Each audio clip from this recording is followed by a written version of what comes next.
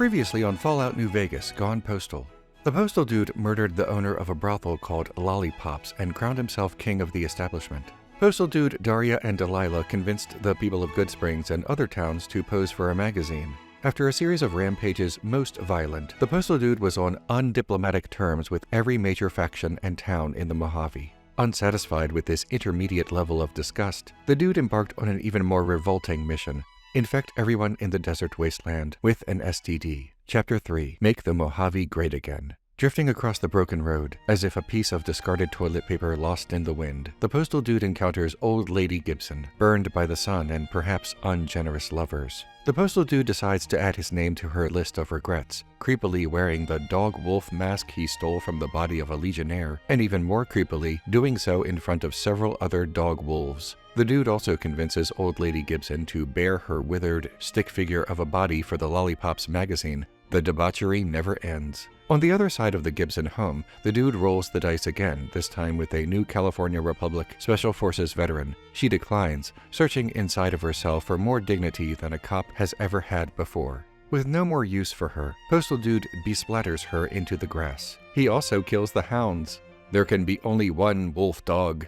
Returning to the broken road, the dude spots a speck in the distance. It's the NCR Rangers who previously gave the dude 3 days to live. They are also presumably the same NCR Rangers that the dude exploded into Fallout chunks, reconstituted by plot magic. The dude double murders them, passes his rash to a traveling merchant, levels up, gains terrifying presence, and wanders smack dab in the middle of the main quest. We've got a situation with some great cons right now. The brass at McCarran has ordered me to lock down the ruins until it's been resolved. Lieutenant Gingerbeard eagerly reveals mission data to a stranger wearing an alien t-shirt. He must work in national security. The dude agrees to a rescue mission, peers through a window, and recognizes a great con holding an NCR soldier hostage. The dude only takes one side, his own. The NCR saw what the dude did. Why the NCR even allowed the dude to take part in this hostage rescue is beyond comprehension. He is already loathed by the new California Republic. Do they not communicate with each other or what? The fine developers at Obsidian did not take into account that the postal dude would be pukefully disgusting this early in the game. The quest more or less completed, the dude pays a lady of the evening for nighttime fun. 100 caps. Good thing the dude kept his receipt. In the Boulder City saloon, the dude encounters this man. Oh, damn it, man. I've been cooped up for way too long. I need to stretch my legs and kill some things. It's Johnny Gat, star of the Saints Row game series. The dude annihilates Johnny Gat's Black Cherry and offers him a temporary spot in the dude's crew. Dude, Daria, and Delilah form the crew DDD, and Johnny does not fit the naming convention, so he can only be around for a little while. Locked, loaded, cocked, and bloated, the team marches to New Vegas. The dude immediately and instinctively begins slaughtering the civilians of North Vegas and Freeside. It's all about getting a bad reputation and a desperado cowboy hat. DDD plus Johnny Gat is a formidable foursome, but nothing can prepare them for metallic mandroids that bear the gruesome visage of Paul Blart, Mall Cop. These modded Securitrons must have been made by factories owned by Happy Medicine Productions. Fortunately, the dude and his comrades are over-leveled by this point in the blood-soaked playthrough, and the Securitrons soon lay in a heap of garbage, like Grown-Ups 2. Although the dude tore this cloying cowboy asunder in the first chapter, Victor has uploaded his consciousness into a new body, Cylon style. Within the blood-stained, cum-stained carpets of a New Vegas casino, the dude is warned to drop his weapons. He politely declines. Ha, swank. There, clad in tight scrotum squeezer shorts, is Gary Coleman, star of Postal 2. What to do now? Should the postal dude let the Benny plot thread weave its way through the textures and colors of the story? Should the postal dude climb the right dialogue trees and make sweet checker-suited love to the diminutive delinquent?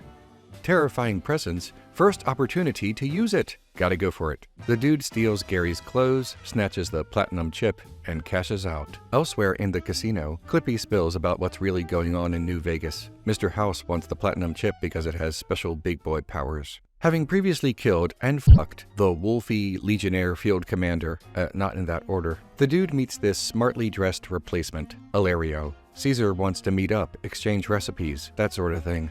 In the middle of this maelstrom, this representative from the NCR passes the dude an important note. Dispensing with aphorisms, the dude shoots the messenger. Finally, the NCR labels the postal dude correctly. Time for terrorism. The dude dismisses Johnny Gat, having served his purpose.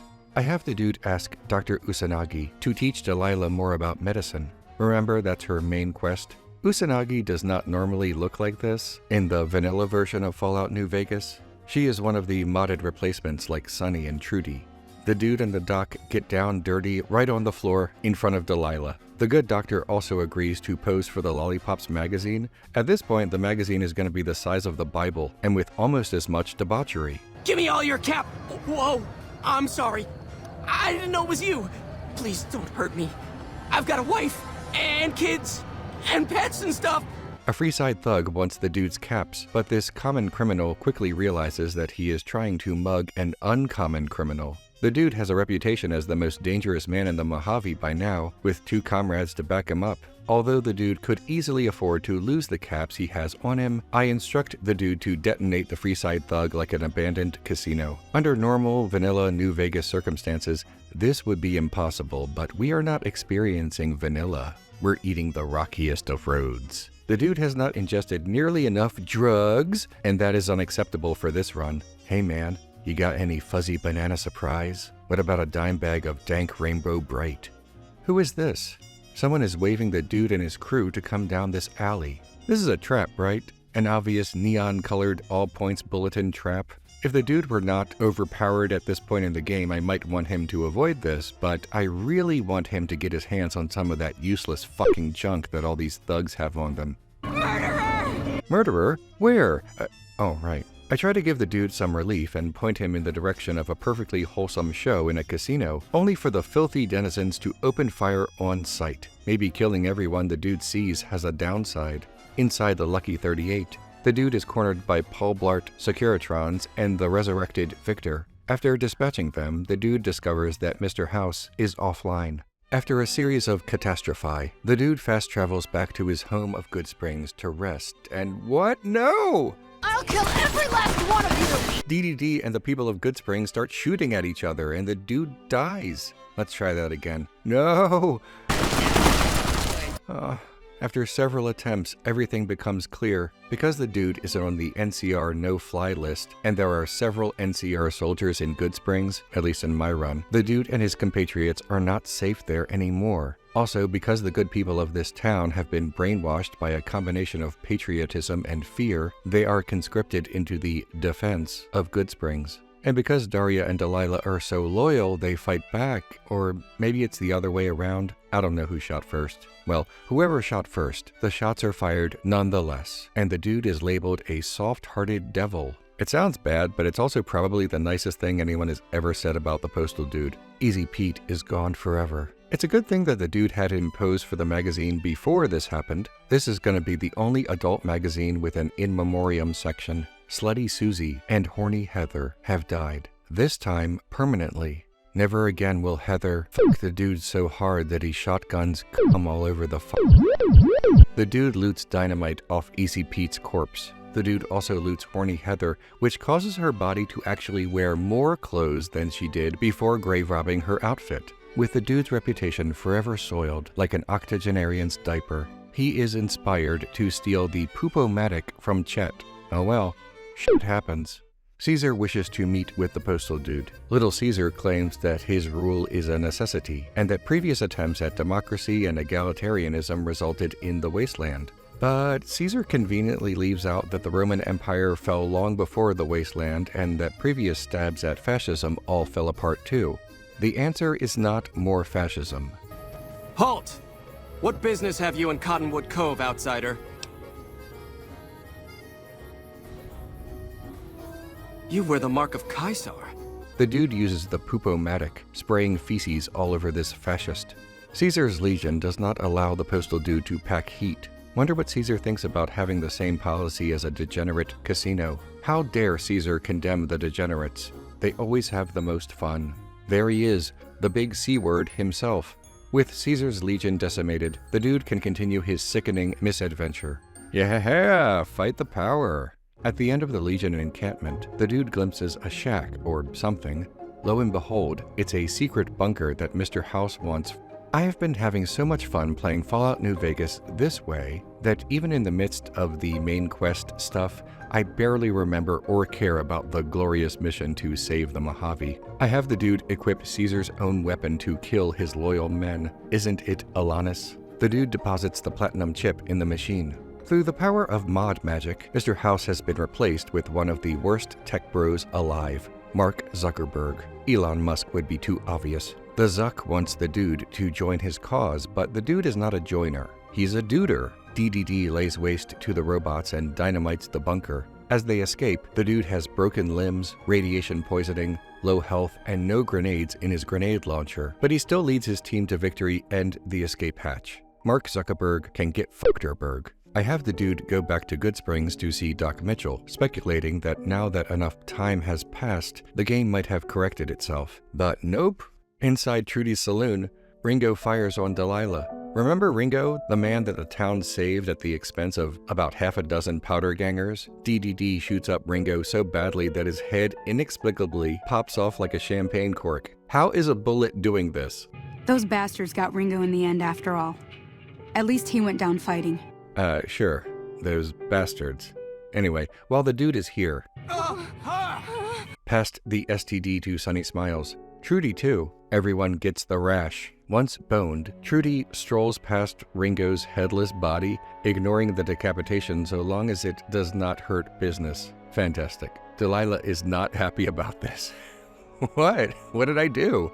You knew what this was when you signed on. Goodsprings contains exactly 2 citizens still on the dude's side, Sunny and Trudy. Everyone else is his victim and righteously wants nothing to do with him. All that effort not killing people, all for nothing. The dude is in desperate need of a new direction in life. The dude turns to right-wing politics. This is Rump, a gross, wrinkled tangerine mess who is better off dead in Fallout New Vegas.